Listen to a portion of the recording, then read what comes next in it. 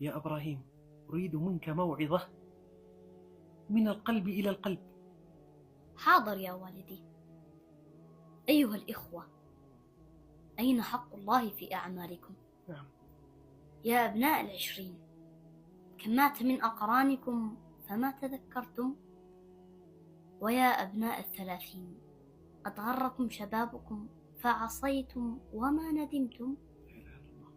ويا أبناء الأربعين، قد مضى زمن الصبا وأنتم على الدنيا قد عكفتم. وإذا بلغ المرء أشده بلغ 40 عاما.